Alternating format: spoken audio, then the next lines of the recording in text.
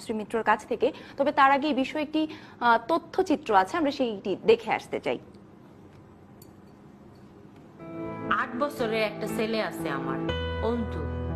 আমার স্বামী একটা ফ্যাক্টরিতে কাজ করে, আমিও করতাম, কিন্তু অন্তু পেটে আসায় ফ্যাক্টরি কাজটা আর থাকলো না। এখন তনিমা আপার বাসায় ঘরের কাজ করি, অন্তুরে সাথে কইরা কাজে নিয়ে যাই। যদিও আপা নিষেধ করে নিয়ে যাইতে, কার কাছে রেখে যাব? তার ওপর আমার অন্তুর আবার শারীরিকভাবে প্রতিবন্ধী।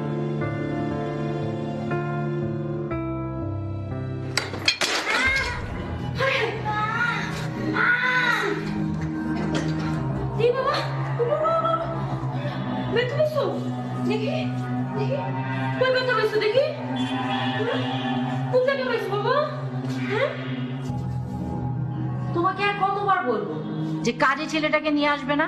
কাল থেকে অন্ধুকে যেন আর না দেখি। আর যদি আসতে না পারো, তোমারও আসার দরকার নেই, অন্য জায়গায় কাজ খুঁজে নিও।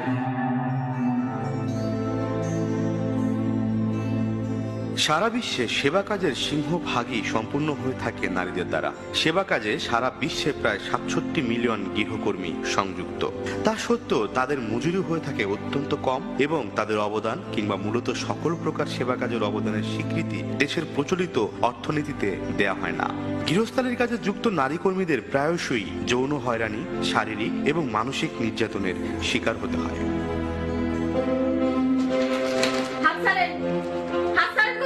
নালে কিন্তু আমি আপার ডাক দিব। খালি আমার ডাক দে, ভালো লাগে না।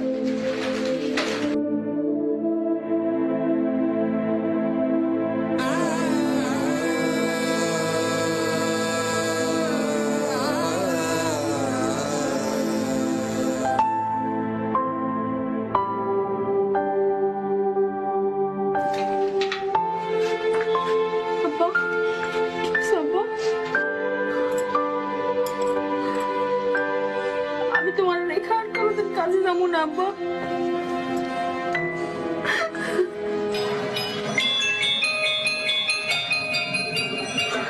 হ্যালো স্যার, অন্তরের রেখা আমি আর কাজে যাবো না। এটা কি কথা কমিনু? এই শহরে আমরা চলবো কেমনে?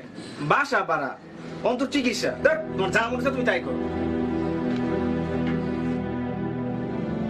লিঙ্গভিত্তিক শ্রম বিভাজনের দরুন সন্তানের যত্ন নেয়া, গৃহস্থালী কাজ সহ সকল প্রকার সেবা কাজ শুধুমাত্র নারীর কাজ বলেই বিবেচিত হয়ে থাকে। এ ধরনের মনোভাব এবং চর্চা জেন্ডার সমতা অর্জন, নারীর ক্ষমতায়ন সহ সর্বোপরি টেকসই উন্নয়ন লক্ষ্যমাত্রা অর্জনের পথে বাধা হয়ে দাঁড়ায়। তাই সরকারের উচিত সেবা কাজে নারী, পুরুষ এবং বিভিন্ন সেবা প্রতিষ্ঠানের মাঝে সুষম বন্টনের লক্ষ্যে সুনির্দিষ্ট নীতিমালা তৈরি করা ও তা বাস্তবায়নের জন্য কার্যকরী পদক্ষেপ নেওয়া। শোনো, আমি অফিসিয়ালি খুব বিপদে পড়ে গেছি। মিনু আর কাজে আসবে না। তুমি কি আমাকে আজকে একটু সময় দিতে পারবে? কি সব আবল-তাবল বলছো? আজ বসের মেয়ের বার্থডে, আমি কোনোভাবে আসতে পারবো?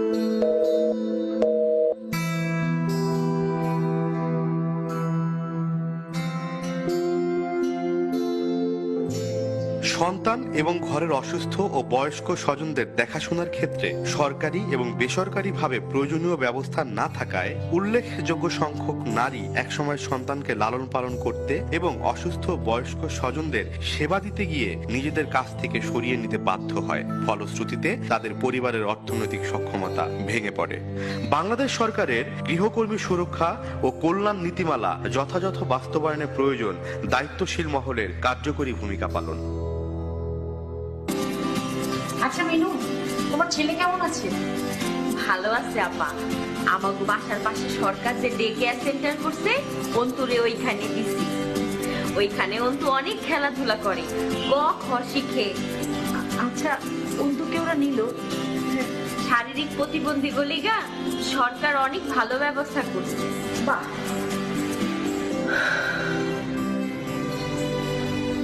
এমনটাই তো হওয়া উচিত। ঘরের কাজে ঠিকঠাক মূল্যায়ন, সন্তানের দেখাশোনার জন্য একটা জায়গা, আর নিরাপদ সুন্দর একটা জীবন, তাই না? একজন নারী হিসেবে আমি চাই দেশের সামাজিক, অর্থনৈতিক, সাংস্কৃতিক সহ সকল অগ্রযাত্রায় কার্যকরী ভূমিকা। আর চাই সেবা কাজের যথাযথ স্বীকৃতি ও মূল্যায়ন, এবং সেবা কাজে সকল পুরুষদের সমান অংশ।